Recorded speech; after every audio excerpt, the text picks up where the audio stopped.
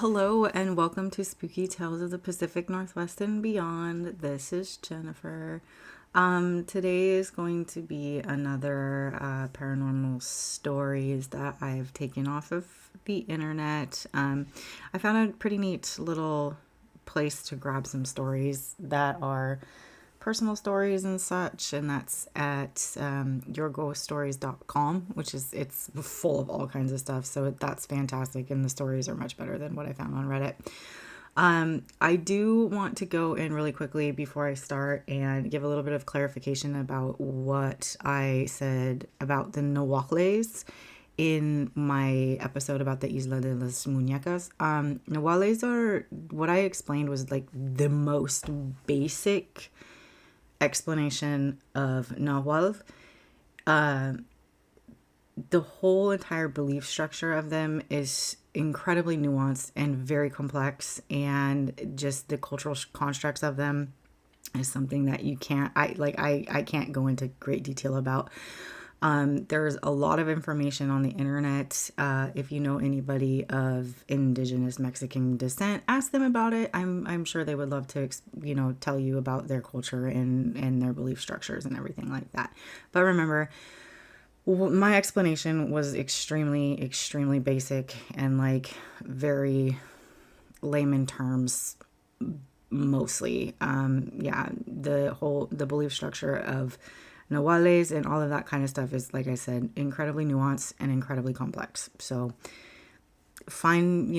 ask if you are truly wanting to learn, and you in your desire to do so comes from a good place. Ask around, ask, people who that are from indigenous Mexican descent. Ask them if they can share stories about it. Google it, and make sure that the sources are reputable, and go from there. I love when people learn about new things and take the time to actually learn about them and not just a surface thing. So there's that. Anyway, so a couple of these stories are going to be from Mexico, and a couple of them are going to be from Washington. My first one is written by Haven, and it's from Mexico, and it goes like this. This happened when I was around 12 years old. My mom took my siblings and I to visit her mom in her hometown in Mexico. During our summer break, as soon as we got there, we were told not to wander close to the neighbor's house. Strange things seems to be happening there. Apparently, the 16-year-old that lived across the street was possessed. My grandmother actually used the phrase, has the devil in her. It started with a girl, I don't remember her name, hearing somebody whisper. Then she claimed she was able to hear footsteps that followed her everywhere. She stopped eating, sleeping, and every morning would find scratches and bruises all over her body. The priest was called, and he had blessed the house several times, but it didn't seem to stop. Her parents had to send their other children to stay with their grandparents because they were too scared to stay in the house with her, as she was beginning to have violent and manic episodes. Some people in town said that when they walked by that house, they felt uneasy, and some even claimed they saw shadows and heard strange noises.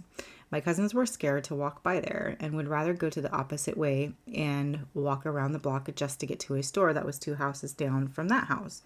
By the way, this house was across the street from my grandma, and 2 houses to the left, 2 houses left of the house that was right across the street. Hope that makes sense. I'm not going to lie, I was scared too, but I also had this morbid curiosity. Every time we had to leave my grandma's house, I looked that way and stared. I don't really know what I was hoping to see. One morning, I woke up to the grown-ups talking about what had happened across the street during the night. Apparently, a big stain appeared overnight in one of the walls, a stain that looked a lot like blood. They washed the stain with soap and water and painted over where the stain was. By the evening, the stain was there again. They went to get the priest and once again cleaned the stain and prayed while the priest blessed the house and threw holy water at the wall. By morning, the stain was back. The word around town spread, and people had gathered and formed prayer groups. It seemed they were praying nonstop. One group of people would leave and others would show up, all carrying rosary beads. My cousin's siblings and I were under strict orders not to get close to that house. My grandma thought we might also get possessed or something. might follow us home. Of course, us being kids, we decided we wanted to go and look at this blood-stained wall, this blood stain on the wall. So off we went, hiding behind other people so our grandma and mothers wouldn't see us. There was a lot of people, and not everyone fit inside the house, so they were afraid to go in. There was a lot of people just outside the entrance. As we got closer, we heard a girl yelling as if in pain. We also heard growling, but I'm not sure if the girl was making these noises. Everyone there was praying the rosary in unison, but you were able to hear the girl's voice calling and crying and asking for help. She would start yelling and screaming, and you would hear growling. At this point, my cousins, my brother, and my sister had turned back in fear. My sister grabbed my arm and tried pulling me back, but I had to see for myself who was making these noises. I pushed my way inside the house, excuse me, and what I saw next I will never forget. I saw a girl tied with ropes to a banister of the house. She looked to be almost just skin and bones, and I don't know what I was expecting to see, but it shocked me, and I gasped. For a second there, it almost seemed like she heard me and turned my way. I swear she was staring straight at me and smiled. I was frozen in my spot, unable to move. Then I felt someone pull me back so hard I almost lost my balance. It was my grandmother that was dragging me out of there. I don't think I ever saw her that mad. She was fit to be tied. As was the norm, I got in a lot of trouble for disobeying, only this time I was really sorry that I did. I was so scared and kept seeing the girl's face and grin in my head every time I closed my eyes. I thought for sure she was going to get loose and come for me. Days after that, we headed back home to the U.S. Last I heard, the girl had gotten better. No one is sure if the priest coming over and blessing the house every day or the townfolk praying nonstop is what helped her, but they say that a witch, a brujo, was also summoned. His belief was that this was not a demonic possession, but a very strong case of witchcraft, black magic. Apparently, this was done to her out of jealousy. She was very pretty and caught the eye of the wrong man. After she got better, she was sent away to live with relatives in the U.S. I don't know exactly what was wrong with her and how she got better. All I am sure of is that I saw her with my own eyes, saw the condition she was in, and heard the most god-awful noises coming out of her, such as I've never heard before. Many years have passed, but this is something that is very clear in my memory. I still remember that face, that smile, and it still scares me to this day. I would probably be terrified and have nightmares for the rest of my life. No, thank you. My next story is, I fibbed a little bit. So the next story is from El Salvador. It is not from Mexico. And Sanchez_92 writes, this experience did not happen to me. It happened to my sister when she was around 11 years of age.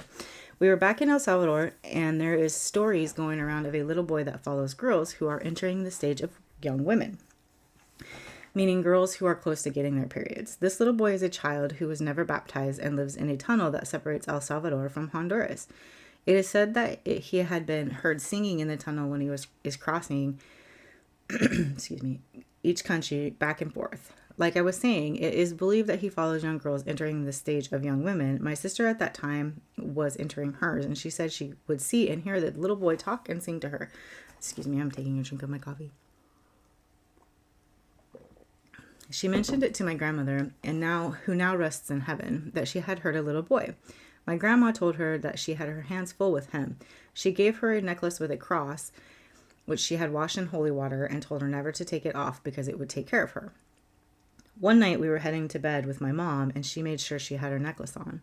The next morning she woke up and was sitting down about to have breakfast. She then noticed she didn't have the necklace on anymore. We both got off the chairs and went looking for it in my mom's room since we slept with her. We could not find it. My mom had a table with a lamp next to her bed, and that's when I saw the necklace. When she lifted it up, the necklace was broken. The cross was also in half, and she screamed for my mom. My mom ran in the room and asked what was wrong, and that's when she told her about the necklace. The same afternoon, we went back to my grandma's house, and she told my grandma that her necklace had broke off. My grandma knew she didn't do that to it. She knew the little boy had gotten mad and broke it because it was a protection she had given her. My grandma told her not to get near the boy and stay far away as possible because it is said that if he touches her or anything, she will go insane. Basically, she won't know who she is and she will belong to the little boy, and that's what he wants. My grandma knows that if the young girls turning into women have a boyfriend, he doesn't bother because they are taken, but my sister was too young to have a boyfriend at the time.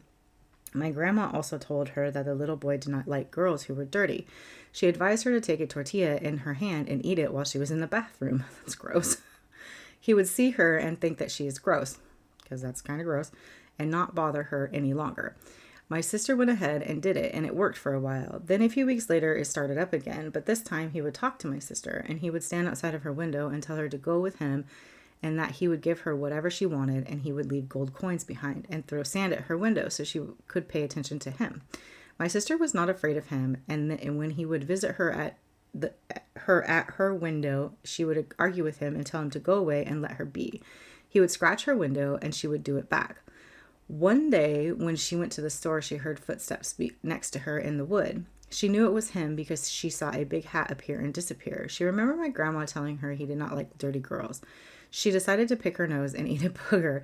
She then heard someone almost throw up, and for the next couple of days and on from that, nothing else bothered her. So he stopped chasing after her after she ate a booger.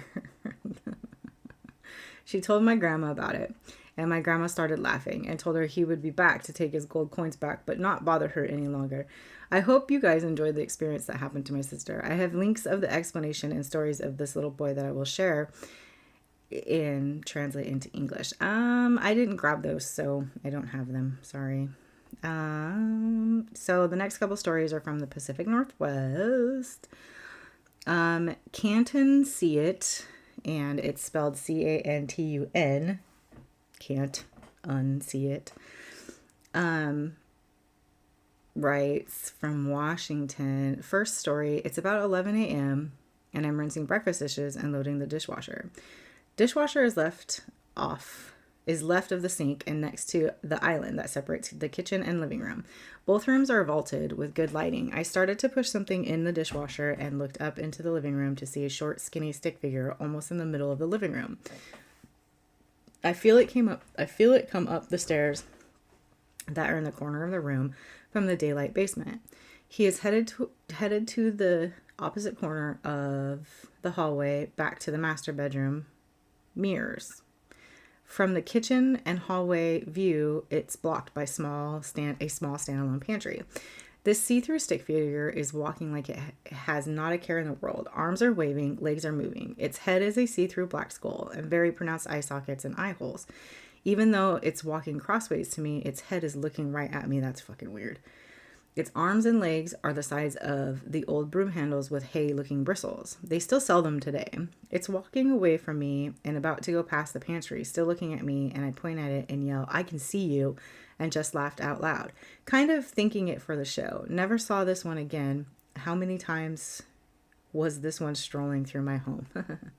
Second story, we moved to the big island of Hawaii, and I found a manufacturing job at a health food company. I ended up as a press operator and enjoyed the job. I worked noon to 10:30 p.m. every shift. I had to go into the packaging area. I write down batch numbers and go find it. Packaging is right next to the press area with plastic strip door bug curtain thing at the entrance. This particular night, I was walking through the plastic door and I get about 3 steps in while reading the batch number to go find when I see something off to my right at the long work table there for production and sealing. I thought I was throwing a shadow from a hallway light behind me. There was only one light in this room, and I kept going, focused on my job at hand. I looked up again to see I'm about to walk into somebody and immediately stop. It's still moving and stops in front of me, and I am now looking down at the top on top of its head, a very black solid form, and then it's gone. I find my batch number, get to my area, and go find the night lead to ask about this spirit. I found the female night lead and her second in command sitting together in the lunchroom. I asked them about the spirits, and their face lit up and big smiles and said, "Oh, he used to work there. He is still working, just on the other side." I would not want to do that. The next day, word got around about my crossing paths with the visitors, and many workers then shared with me some of their own sightings of spirits at this property. If I had not looked up, I would have missed this crossing. It would really suck to be a dead person and be stuck in a perpetual line of work, I guess. Like, that wouldn't be fun at all. No fun at all. The next story is from Steve W. There's a neighborhood called Peaceful Valley, not far from downtown Spokane, Washington. It is indeed a valley in the lowest part of the city, downstream from the famous falls of the Spokane River. It was established in the late 1800s as an area of modest, small, affordable homes built primarily by the Scandinavian working-class immigrants.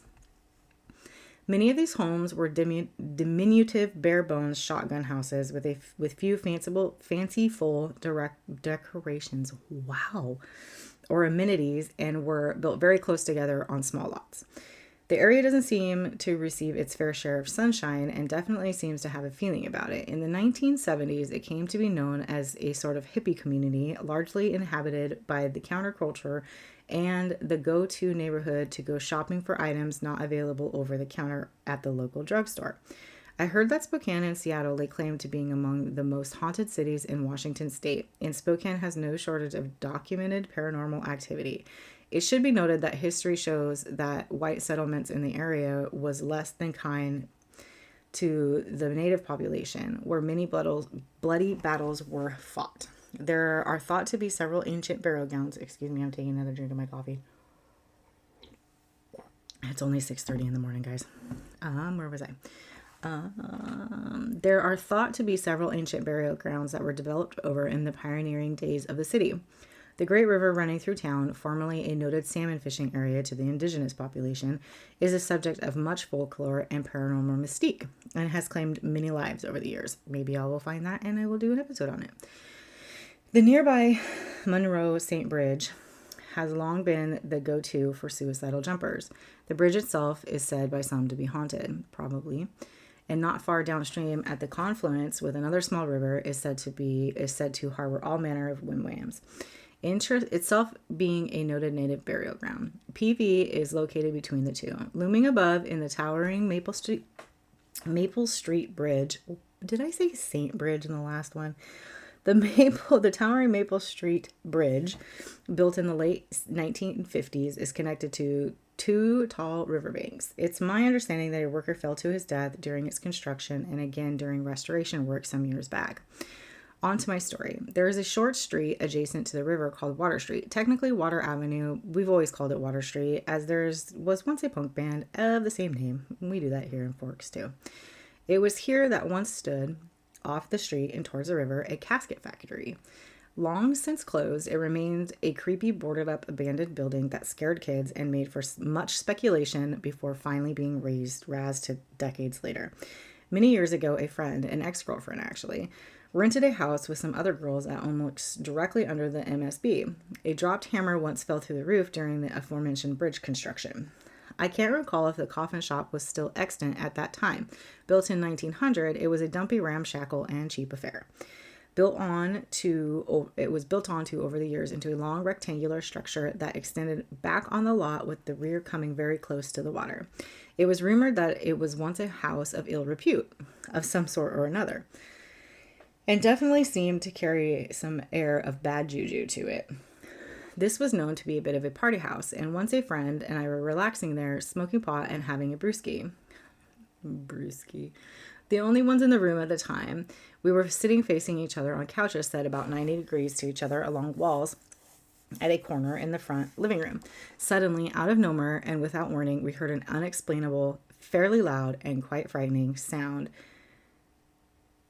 equidistant between us. What's with the big words? While we saw nothing, we both stared directly at the source of the noise, which I pictured in my mind as a miniature tornado, about 18 inches or so high, emanating from the floor.